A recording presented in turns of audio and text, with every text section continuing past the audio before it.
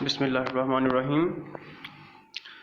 جیسا کہ پچھلی ویڈیو میں ہم نے ارکان اسلام کے بارے میں بیسیکلی ڈسکس کیا ہوا ہے، اس میں پانچوں ارکان اسلام کے بارے میں ایکسپلین کیا ہے، زیادہ ڈیٹیل میں نہیں لیکن جنرلی ہم نے اس میں بات کی تھی۔ تو میں نے بتایا تھا کہ ہم انشاءاللہ نیکسٹ ویڈیوز میں ارکان اسلام کے بارے میں ڈیٹیلز ڈسکشن کریں گے۔ تو دیکھیں، ہمارا جو دوسرا اور موسٹلی پہلا ارکان اسلام جو ہے اللہ تعالیٰ اور نبی کریم صلی اللہ علیہ وآلہ وسلم کی پیروی اور ان پہ یقین رکھنا، وہ ہم انشاءاللہ نیکسٹ ویڈیو میں ڈسکس کریں گے۔ جو دوسرا ارکان اسلام صلاۃ مین نماز، اس کے بارے میں ڈیٹیل ہم ڈسکشن اس ویڈیو میں کر رہے ہیں۔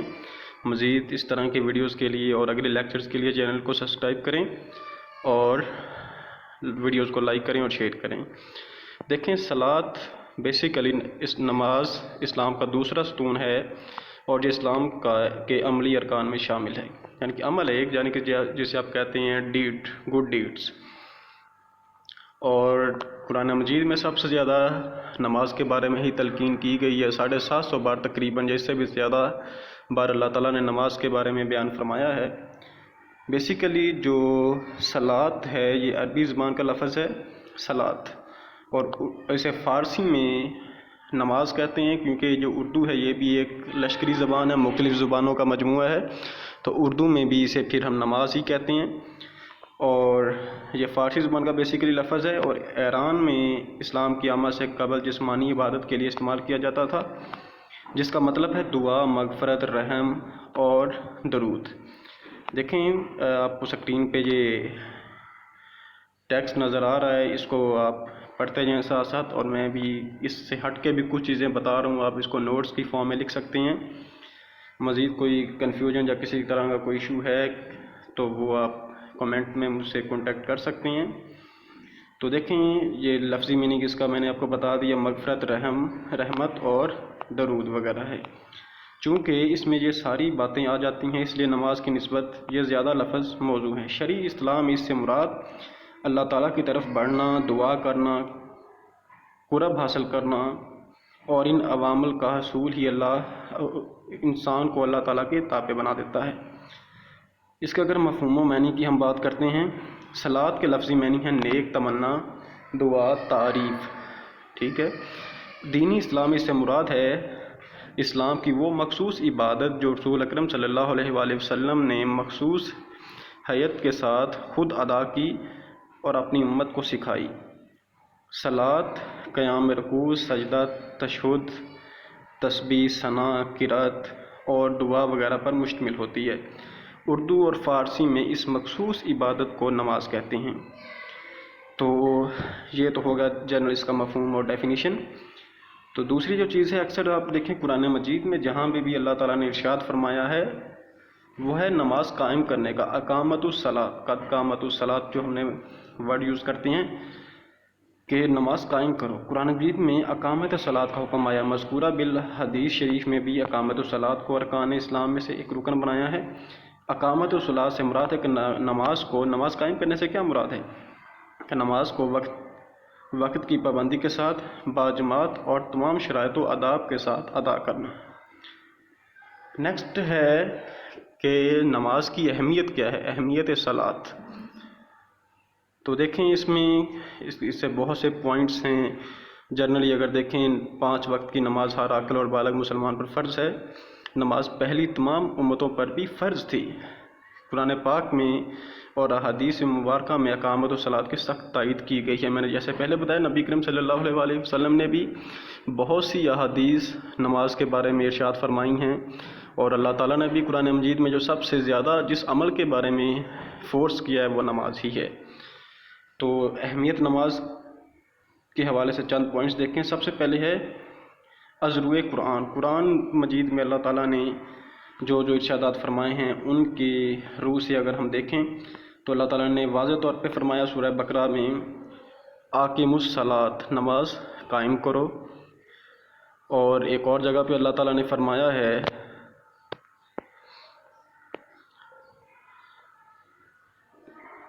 تم نمازوں کی نگہداشت کرو۔ نگہداشت مین حفاظت کرو، اٹ مینس کہ تم نماز پڑھو، کوئی نماز نہ چھوڑو۔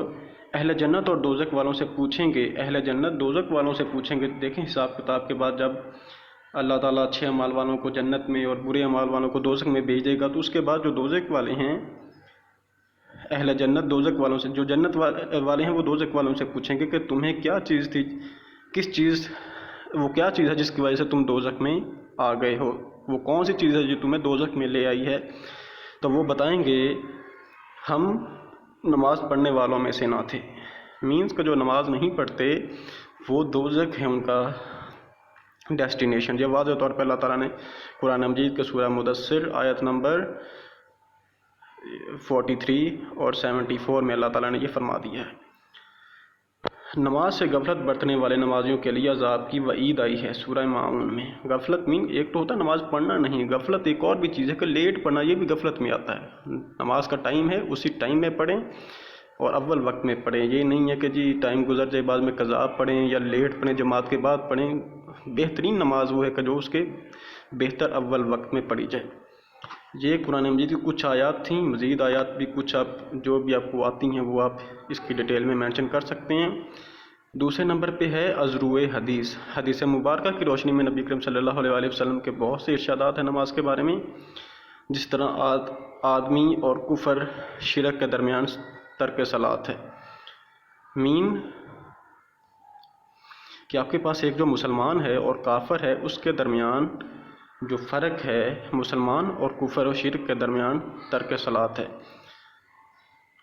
سمجھ گئے آپ بات کو کہ ایک اچھے آدمی، ایک مسلمان کے درمیان اور کفر کے درمیان اور مشرک کے درمیان جو فرق ہے وہ نماز کا فرق ہے. مین کہ جو نماز پڑھتا ہے وہ مسلمان ہے، اچھا مسلمان ہے، ٹرو مومن ہے. اور جو نہیں پڑھتا اٹ مینس کہ وہ کیا ہے، وہ کافر ہے، مشرک ہے.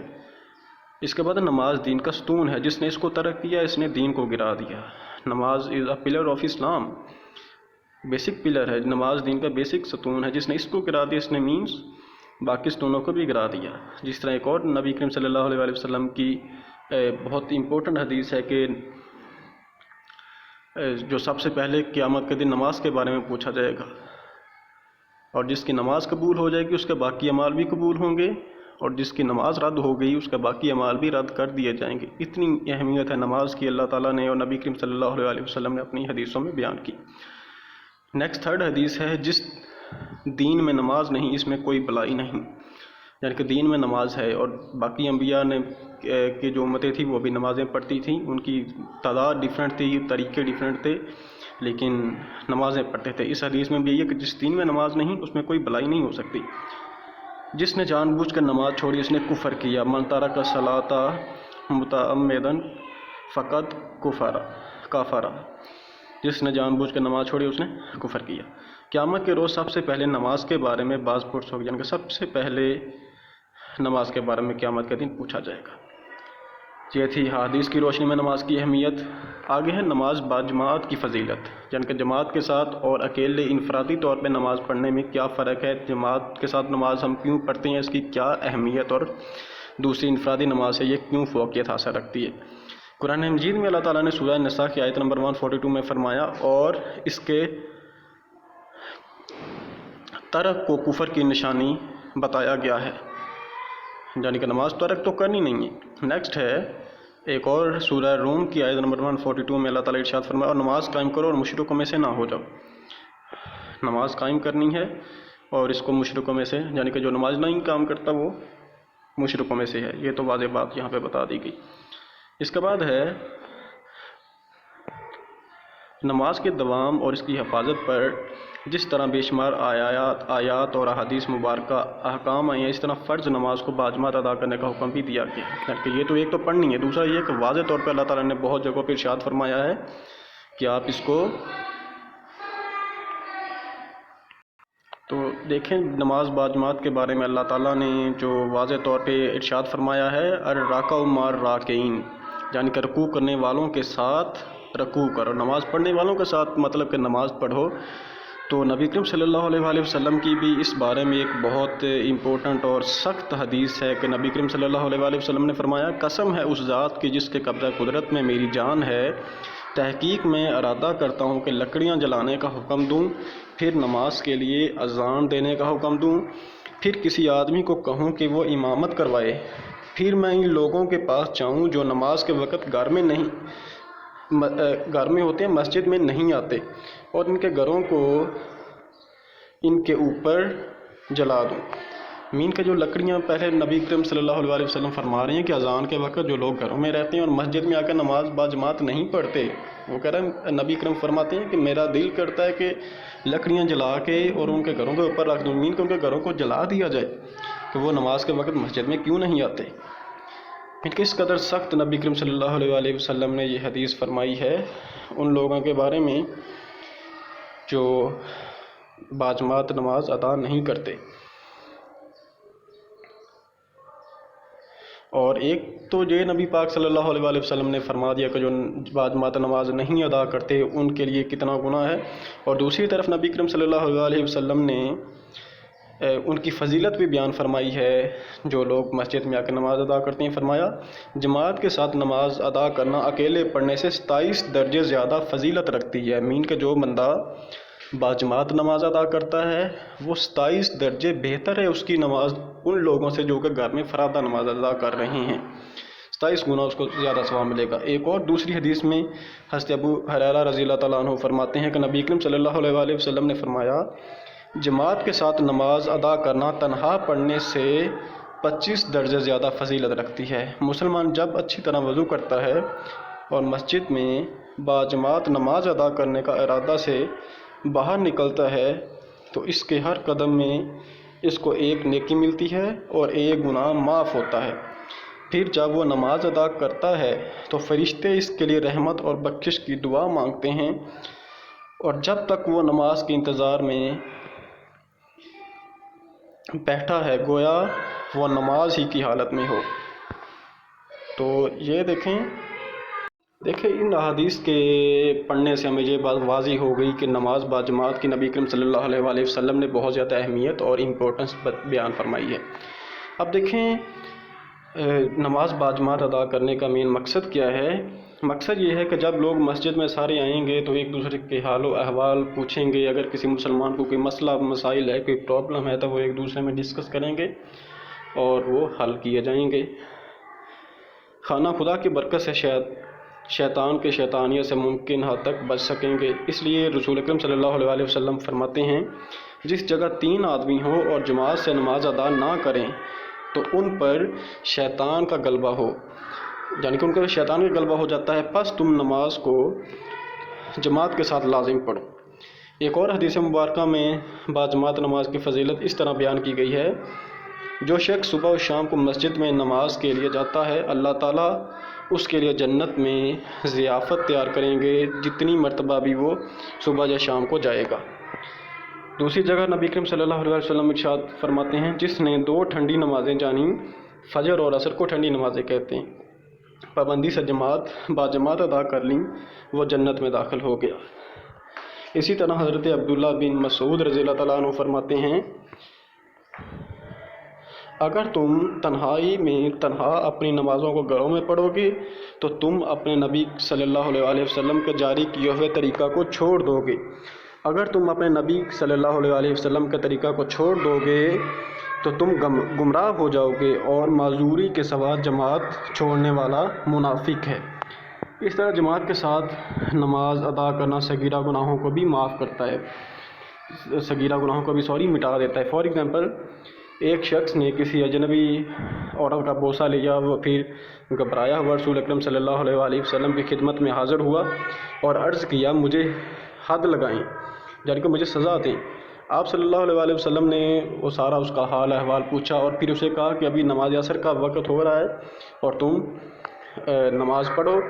نماز پڑھنے کے بعد وہ پھر شخص رسول صلی اللہ علیہ وسلم کے پاس آیا اور پھر آ کے وہی کہا کہ یا رسول اللہ مجھے حد لگائیں، مین کا سزا دیں۔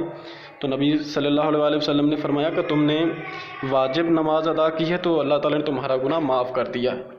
تو پھر اس شخص نے کہا کہ یا رسول اللہ کیا یہ صرف حکم میرے لیے تھا، میرا ہی گناہ معاف ہوا ہے؟ نبی کریم صلی اللہ علیہ وسلم نے کہا نہیں، کوئی بھی مومن کوئی بھی مسلمان اگر صغیرہ گناہ کرنے کے بعد نماز پڑھتا ہے تو اللہ تعالیٰ اس کا وہ گناہ معاف کر دیتے ہیں، اس کا وہ گناہ معاف ہو جاتا ہے۔ تو یہ یعنی کہ اہمیت ہے نماز ادا کرنے کی۔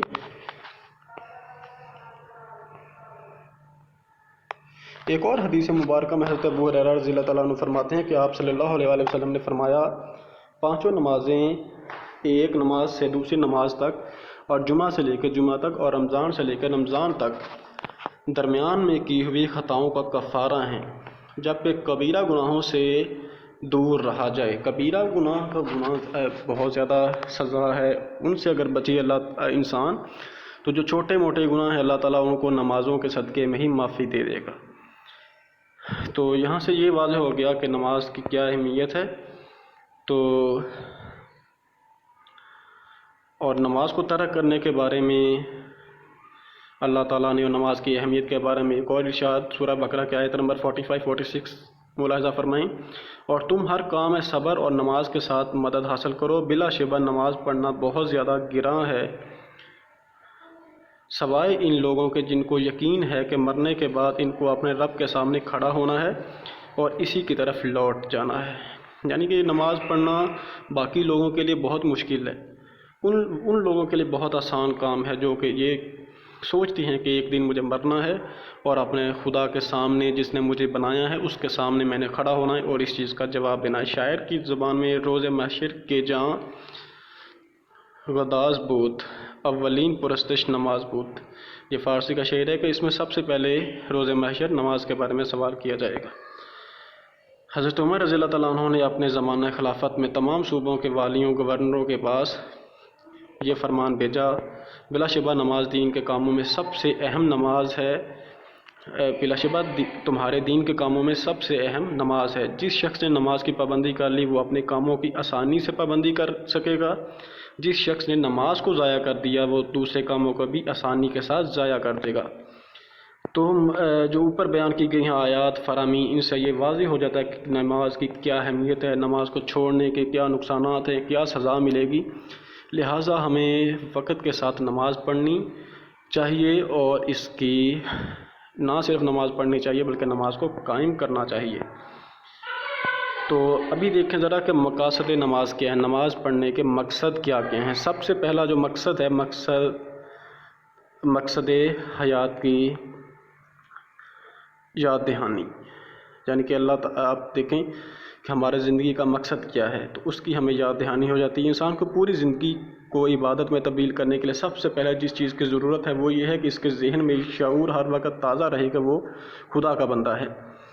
یہ ضرورت اس لیے ہوتی ہے کہ اللہ تعالیٰ انسانی حواس سے بالا تر ہے، لیکن گمراہی کی طاقتیں ہر سمت پھیلی ہوئی ہیں۔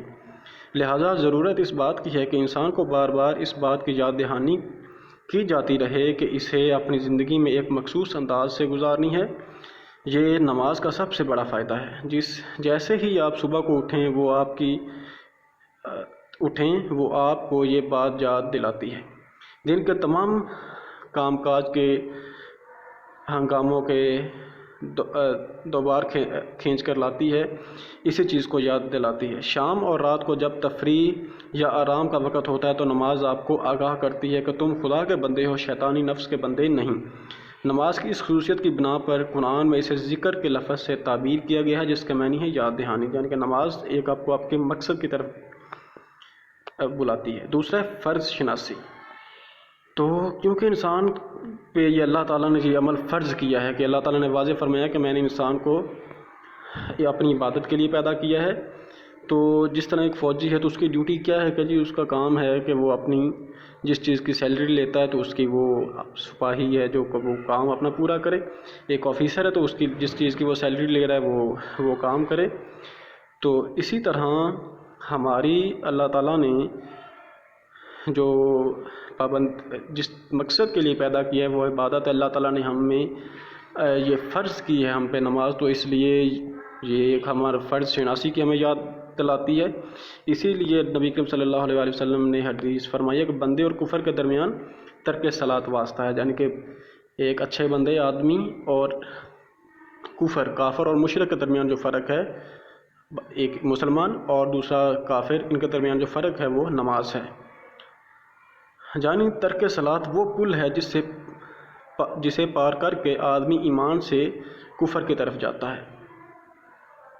ٹھیک ہوگا، یعنی کہ اگر نماز نہیں پڑھتا تو ظاہری بات اس پل سے گزرے گا، پہلے مسلمان تھا، اگر نماز نہیں پڑھتا تو پھر کفر کے دائرے میں چلا جائے گا۔ اس کے بعد ہے تعمیر سیرت، انسان کی سیرت کس طرح بنتی ہے۔ نماز کا تیسرا اہم کام یہ ہے کہ انسان کو سیرت کو اس طرح ڈال دیتی ہے کہ وہ اسلامی زندگی بسر کرنے کے لیے ضروری ہے۔ دیکھیں نماز باجماعت پڑھنے کے لیے کیا فائدہ ہوتا ہے کہ ہم ہر جگہ پہ جب 5 وقت جب نماز کو پڑھتے ہیں تو اس کا کیا ہوگا، دنیا میں ہر جگہ جیسا کام کسی جماعت کو کرنا ہوتا ہے اسی لحاظ سے اس کی تربیت کی جاتی ہے۔ مثلا سول سروس جو ہم جس کے ایگزام دیتے ہیں CSS PMS وغیرہ، اس کا مقصد ہے وفاداری کے ساتھ ملک کا انتظام کرنا، وہاں سارا جو نظم مملکت کی صلاحیت پیدا کرنا اور پر دیا جاتا ہے۔ سپاہیوں کا کام جنگ کرنا ہوتا ہے، اس لیے انہیں اسلحے کا استعمال سکھایا جاتا ہے، اطاعت امیر اور تنظیم کی تربیت دی جاتی ہے۔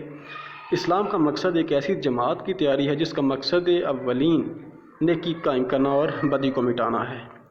ٹھیک ہو گیا۔ اور اگر نیکی کو مٹانا اور بدی کو ختم کرنا تو اللہ تعالیٰ نے اس زمرے میں سورہ عنکبوت میں واضح فرمایا ہے، ان الصلاۃ تنہی عن الفحشاء والمنکر، یقیناً نماز بے حیائی اور برے کاموں سے روکتی ہے۔ اٹ مینس کہ جب بندہ 5 ٹائمز اللہ تعالیٰ کی بارگاہ میں پیش ہو رہا ہے، فجر کی نماز پڑھ کے آ رہے ہیں، ہمارا دل کرے گا کوئی برائی کرنے کو، لیکن ہم سوچیں گے ابھی تو ہم اللہ کی بارگاہ میں پیش ہوئے ہیں اور ابھی تھوڑی دیر میں ظہر کے وقت پھر جائیں گے، تو ظاہری بات ہے کہ ہم برائی سے دور رہیں گے، ہماری سیرت کی ایک تعمیر ہوگی۔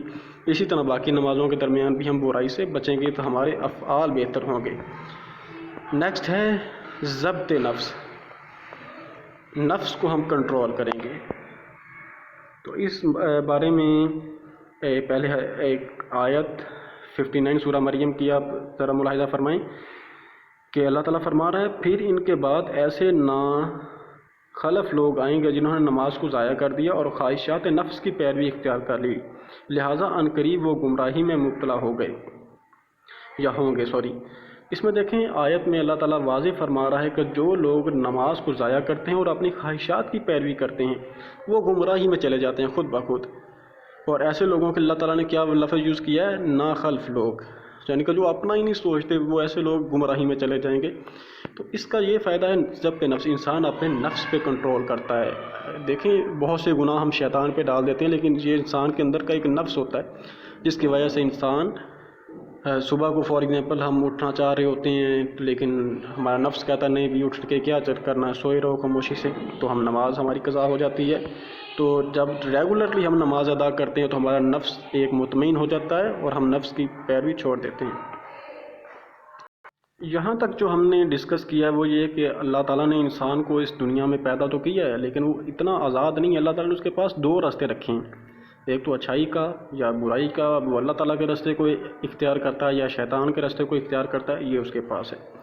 دوسری چیز انسان کو فرض شناس بناتی ہے نماز، دوسرا فرض شناسی اور فرض ناشناس میں تمیز کا ذریعہ وہم پہنچاتی ہے، اور اس کے باقی جو فائدے ہم ڈسکس کیے ہیں یہ تھے سیرت کے بارے میں اور ایک انسان پہ کیا ایفیکٹ ہوتا ہے۔ دوسرا نماز کا روحانی، اخلاقی اور سماجی اثرات، نماز کا روحانی اور اخلاقی اثرات، روحانی اور اس کے اثرات کیا ہوتے ہیں تو وہ دیکھیں اللہ تعالیٰ سے رابطہ۔ سب سے پہلے جو نماز ہے وہ اللہ تعالیٰ سے ایک رابطے کا ذریعہ ہے، یہ کانٹیکٹس آپ پڑھ سکتے ہیں۔ اس میں اللہ تعالیٰ نبی کریم صلی اللہ علیہ وسلم کی جو حدیث ہے، یقیناً تم میں سے کوئی شخص جب نماز پڑھتا ہے تو گویا اپنے رب سے چپ کے بات کرتا ہے، یعنی کہ نماز ایک مومن کی معراج ہے، یہ بھی ہم نے سنا ہوا ہے۔ تو اللہ تعالیٰ سے بات کرنے کا یہ ایک ذریعہ ہے۔ دوسرا گناہ چھوٹتے ہیں، گناہ سے انسان بچتا ہے جب نماز پڑھتے ہیں، تو یہ ایک روحانی ظاہری ذریعہ، روحانی طور پہ انسان پاک ہوتا ہے۔ جب ایک مسلمان اچھی طرح وضو کرتا ہے اور 5 نمازیں پڑھتا ہے تو اس کے گناہ اسی طرح جڑ جاتے ہیں جیسے یہ پتے ہیں۔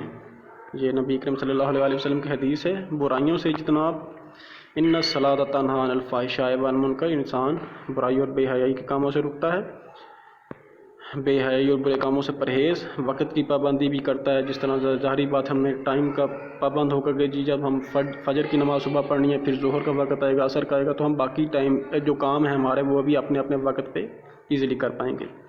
صحت مندی، جیسا کہ آپ کو پتہ ہے کہ نماز ایک ورزش کا ذریعہ بھی ہے، تو اس سے انسان میں سستی اور کاہلی بھی دور ہو جاتی ہے اور یہ صحت مند بھی انسان کو بناتی ہے۔ فرض شناسی، جس طرح ہم نے پہلے ڈسکس کیا کہ ہمیں اپنے فرض کی یاد دلاتی ہے یہ۔